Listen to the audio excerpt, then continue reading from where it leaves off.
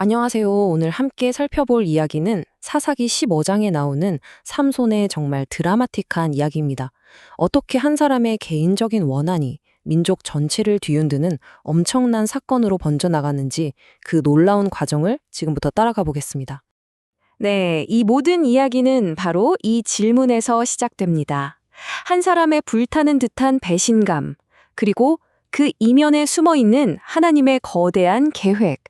이 두 가지가 도대체 어떻게 이렇게 놀랍게 얽히게 되는 걸까요? 우리 함께 그 실마리를 한번 풀어가 보시죠.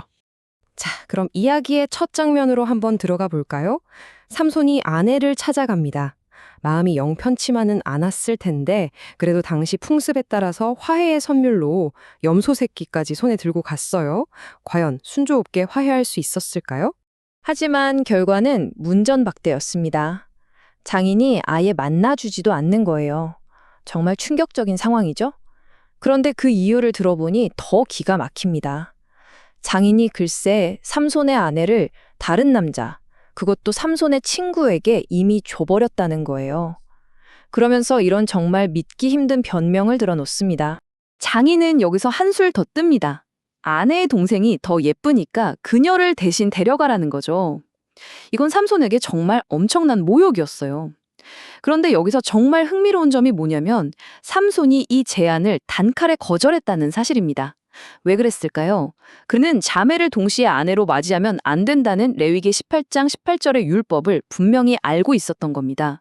그 불타는 분노 속에서도 하나님의 법을 기억하고 있었던 거죠. 바로 이 지점에서 사건의 성격이 완전히 바뀝니다. 삼손은 이제 이 개인적인 모욕을 블레셋이 이스라엘 전체에 가하는 공격으로 받아들인 거죠. 그리고 선언합니다. 이번에 내가 블레셋 사람들을 해하더라도 나한테는 허물이 없다. 이제 그의 복수는 개인적인 차원을 넘어서 정당한 응징이 된 겁니다. 자, 이제 삼손의 분노는 정말 누구도 상상하지 못했던 아주 기이하고 파괴적인 복수 계획으로 폭발하게 됩니다. 과연 어떤 일이 벌어질까요? 이거 정말 상상조차 하기 힘든 방법 아닌가요?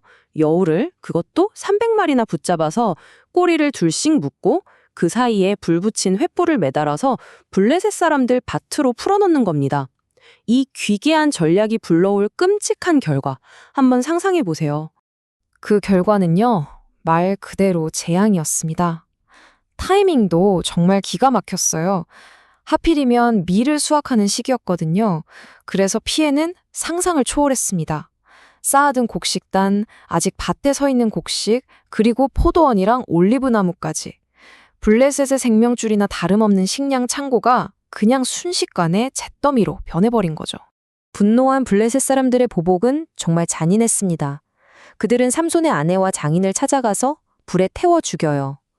여기서 우리는 정말 무서운 아이러니를 발견하게 되죠.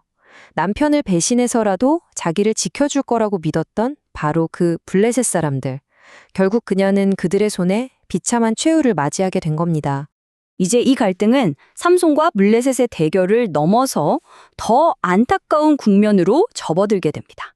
바로 삼손의 동족인 유다 사람들이 이 사건에 끼어들기 시작한 거죠. 과연 그들은 누구의 편에 섰을까요?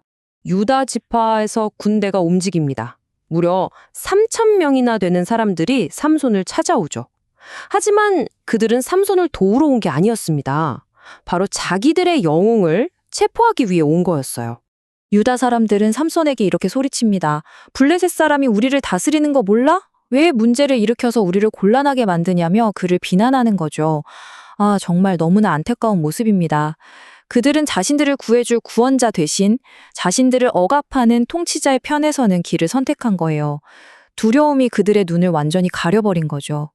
이 긴박한 대치 상황에서 일종의 협상이 이루어집니다. 삼손이 한 가지 조건을 걸어요. 좋다. 하지만 너희들 손으로 날 치지 않겠다고 맹세해라. 동족의 손에 죽는 비극만은 피하고 싶었던 거죠. 그 약속을 받고 나서야 그는 순순히 자신을 내어줍니다. 블레셋 사람들은 꽁꽁 묶인 삼손을 보고 승리의 환호성을 치르죠. 하지만 바로 그 순간 하나님의 영이 삼손에게 폭풍처럼 임합니다. 그를 묶고 있던 그 굵은 밧줄이 마치 불에 탄 삼배처럼 정말 아무 힘없이 툭 하고 끊어져 버리는 거예요. 이제 이야기는 정말 상상도 못할 절정으로 치닫습니다. 삼손이 손에 든 기상천외한 무기, 그리고 그 무기가 만들어낸 놀라운 결과, 함께 확인해 보시죠. 밧줄은 풀었지만 상황은 여전히 절망적이에요. 삼손은 여전히 맨손이고 주위는 온통 무장한 적들 뿐입니다. 이 위기 속에서 그는 과연 무엇으로 싸울 수 있었을까요? 그가 집어든 건 바로 길에 버려져 있던 아직 마르지 않은 나귀의 턱뼈였습니다. 세상에서 가장 보잘것없는 물건이라고 할 수 있죠. 하지만 바로 이 턱뼈가 하나님께서 어떻게 세상에 약한 것을 들어서 강한 것을 부끄럽게 하시는지 가장 극적으로 보여주는 상징이 됩니다. 그리고 이 보잘것없는 쪄 하나로 삼손은 무려 1000명의 블레셋 사람들을 쓰러뜨립니다. 이건 인간의 힘으로는 도저히 불가능한 일이죠. 오직 삼손을 통해 일하신 하나님의 전능하신 힘을 증명하는 그야말로 압도적인 숫자입니다. 삼손은 이 위대한 승리가 일어난 바로 그곳에 이름을 붙입니다. 라맛 레히, 턱뼈의 산이라는 뜻인데요. 하나님께서 주신 이 기적적인 승리를 영원히 기억하기 위한 기념비로 삼은 거죠. 하지만 이 위대한 승리의 정점에서 이야기는 또 한 번 예상치 못한 방향으로 흘러갑니다. 우리는 이제 가장 강했던 삼손의 가장 연약한 순간을 마주하게 될 거예요. 그의 인간적인 한계, 그리고 하나님을 향한 절대적인 의존을 말이죠. 1000명을 쓰러뜨린 영웅도 격렬한 전투 끝에 찾아온 극심한 갈증 앞에서는 속수무책이었습니다. 죽음의 문턱에서 그는 하나님께 정말 절박하게 부르짖어요. 주님, 이 위대한 구원을 주신 분이 주님이신데 제가 이제 목말라 죽어서 저 할례받지 못한 자들의 송에 떨어져야겠습니까? 마치 어린아이처럼 이 목마름에서 구해달라고 간절히 구하는 겁니다. 그리고 하나님은 그의 부르짖음에 응답하십니다. 마른 땅이 갈라지면서 기적처럼 샘물이 솟아나죠. 삼손은 그곳을 에낙고레, 바로 부르짖는 자의 샘이라고 이름 붙입니다. 자신의 가장 연약한 순간에 응답해 주신 하나님의 자비를 영원히 기억하기 위해서였죠. 바로 이 극적인 사건들을 시작으로 삼손은 그 후 20년 동안 블레셋의 압제 아래에 있던 이스라엘의 사사, 즉 지도자로 섬기게 됩니다. 오늘 이야기를 마치면서 우리에게 이런 질문이 남는 것 같습니다. 삼손의 이야기는 우리가 생각하는 강함에 대해 다시 한번 돌아보게 만들어요. 진정한 힘이라는 게 과연 우리의 능력 안에서 나오는 걸까요? 아니면 오히려 우리의 연약함과 의존 속에서 완성되는 걸까요? 여러분의 생각은 어떠신가요?